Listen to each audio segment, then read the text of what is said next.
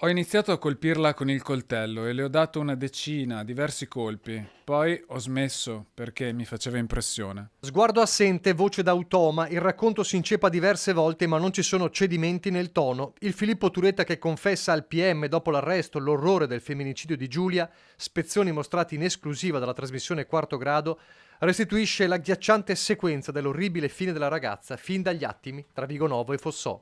Non voleva più i miei regali e aveva iniziato a sentirsi con un altro. Lei stava uscendo dall'auto, io non volevo che se ne andasse e le ho detto che mi sarei suicidato.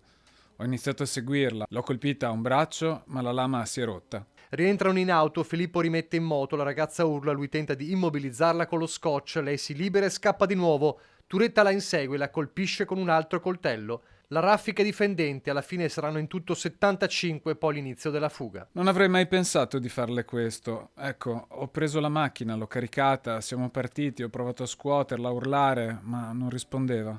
Non ci sarà Turetta lunedì in corte d'assise a Venezia per l'inizio del processo, prima udienza con capienza rigorosamente ristretta.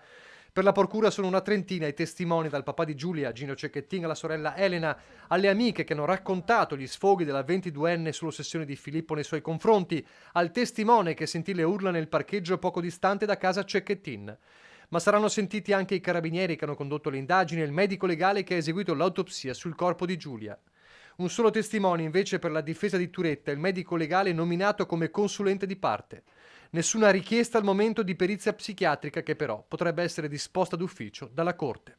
Si sta insomma per aprire l'ultimo capitolo di questa terribile vicenda, un capitolo che Antenna 3 vi racconterà fin da subito, fin da lunedì. Dalle 10 un'edizione straordinaria per seguire l'inizio del processo e in prima serata alle 21 una puntata di Ring dedicata a Giulia e all'ora della verità, l'ora della giustizia.